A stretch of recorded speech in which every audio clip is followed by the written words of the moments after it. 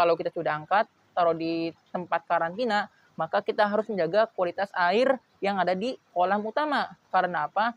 Karena supaya ikan yang ada di kolam utama itu tidak ikut sakit atau tidak terkena infeksi.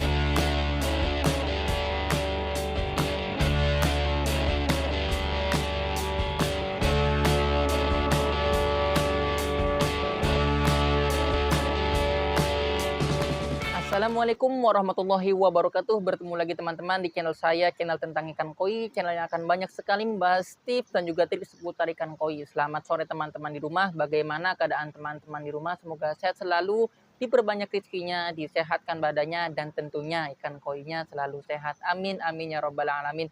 Jadi pada kesempatan yang berbahagia kali ini, saya akan membuatkan konten tentang penyakit umum pada koi kohaku dan cara mengatasinya, teman-teman. Jadi kita sebagai penghobi ikan koi perlu tahu ya gejala-gejala atau penyakit-penyakit yang sering menyerang ikan koi. Tapi pada tema kali ini saya akan menjabarkan penyakit umum pada ikan koi jenis kohaku ya. Jadi pada video sebelumnya saya sudah banyak sekali membahas tentang koi kohaku ini ya. Jadi cara memilih kohaku yang berkualitas, lalu asal-usul ikan koi kohaku, pola warna pada koi kohaku, arti warna pada koi kohaku itu saya sudah banyak sekali membuat kontennya, dan saya sudah taruh ya, atau saya sudah buatkan playlist ikan koi kohaku. Silahkan teman-teman kunjungi playlistnya setelah video ini selesai ya teman-teman.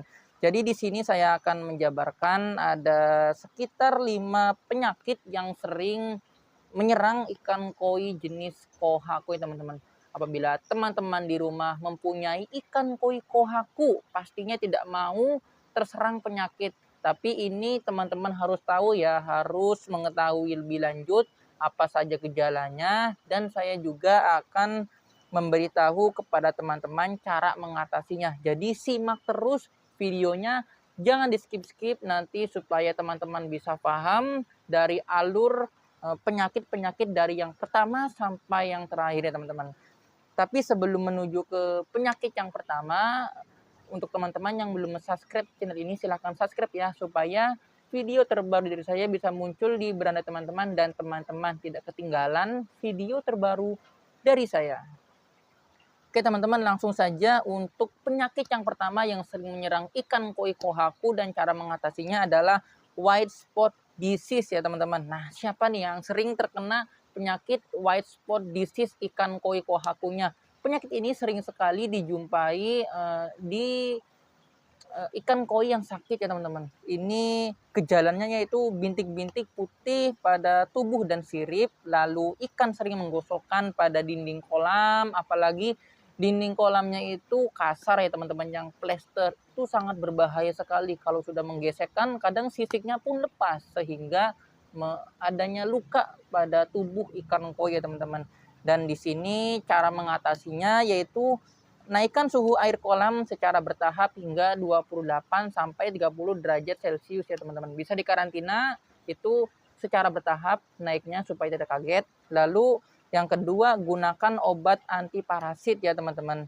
Yang ketiga, tingkatkan aerasi untuk mencegah stres oksigen. Jadi tambah aerasinya ini, aerasi ini atau aerator ini bisa mencegah terjadinya penyakit white spot disease teman-teman.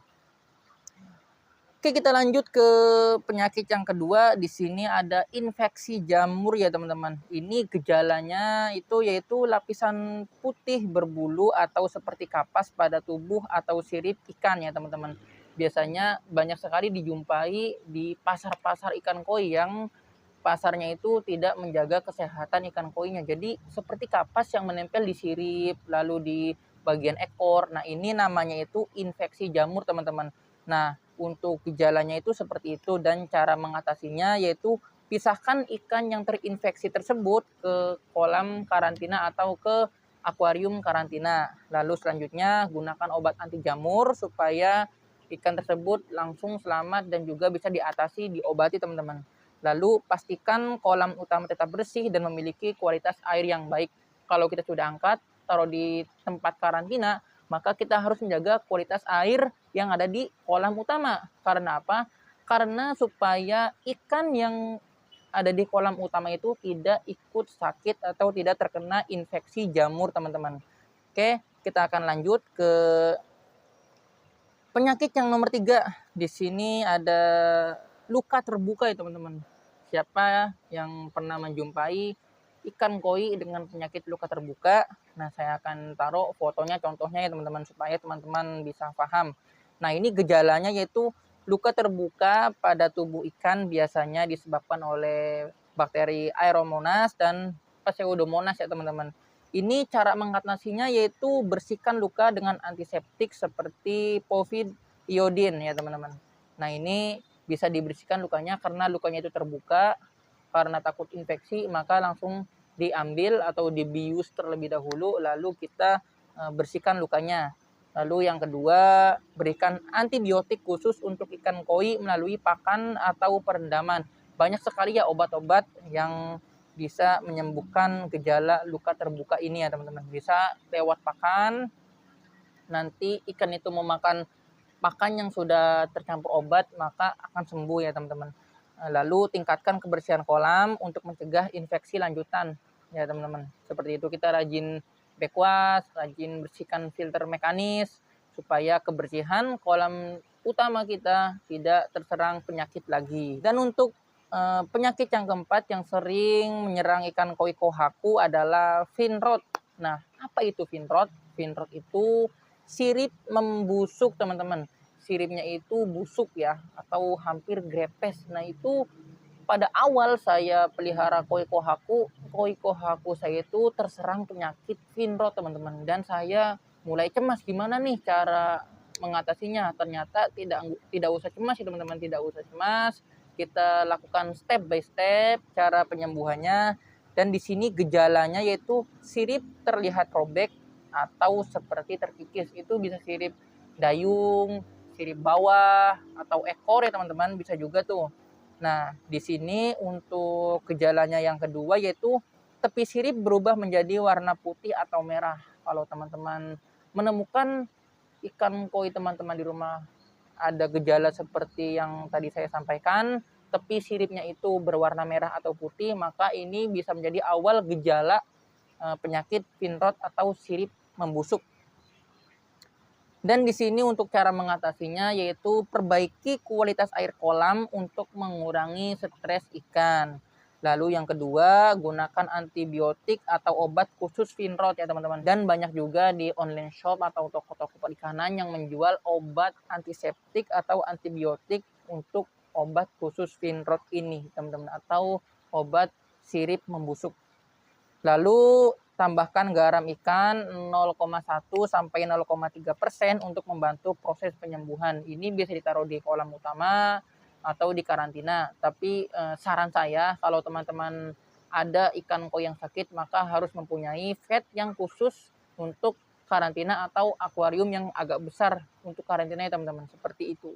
Dan untuk poin yang terakhir, penyakit yang sering menyerang ikan koi kohaku adalah warna memudar atau rusak. Nah, untuk poin yang kelima ini sering sekali para penghobi ya yang memelihara ikan koi kohaku sering terjadi warna merahnya itu pudar. Lalu kenapa tuh warna merahnya pudar atau warna merahnya itu rusak? Karena kalau kita memelihara ikan koi kohaku, maka kita mengidamkan warna merahnya itu menjadi pedas ya, atau strong gitu bahasanya ya.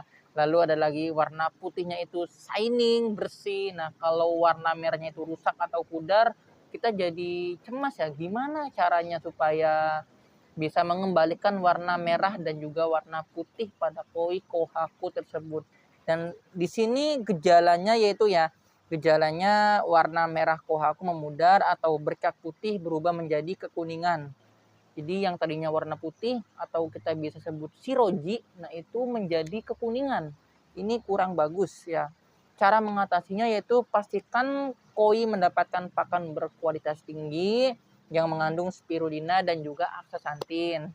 Yang kedua, menjaga parameter air, pH-nya itu 7 sampai 8 dan suhu yang stabil. Teman-teman bisa cek pakai pH meter atau juga termometer ya untuk mengecek suhu dan juga untuk mengecek pH-nya. Dan yang ketiga, hindari paparan sinar matahari langsung atau terlalu lama dengan memberikan penutup di atas kolamnya ya. Kalau kolamnya outdoor sekali, maka 30% lah kita kasih penutup supaya ikan koi itu tidak terpapar sinar matahari secara terus-menerus. Ini yang berlebihan itu tidak bagus juga ya teman-teman. Walaupun sinar matahari itu baik untuk warna merah ya, tapi kalau terlalu sering itu juga tidak bagus teman-teman.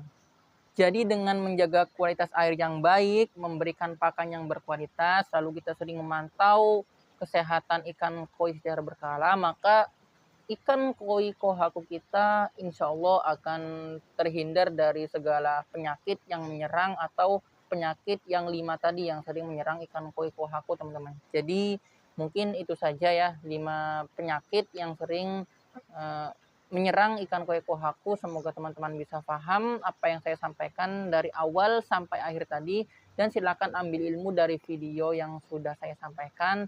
Terima kasih yang sudah simak video ini sampai selesai. Sampai ketemu di lain kesempatan. Saya pamit undur diri. Salam koi untuk persahabatan. Wassalamualaikum warahmatullahi wabarakatuh.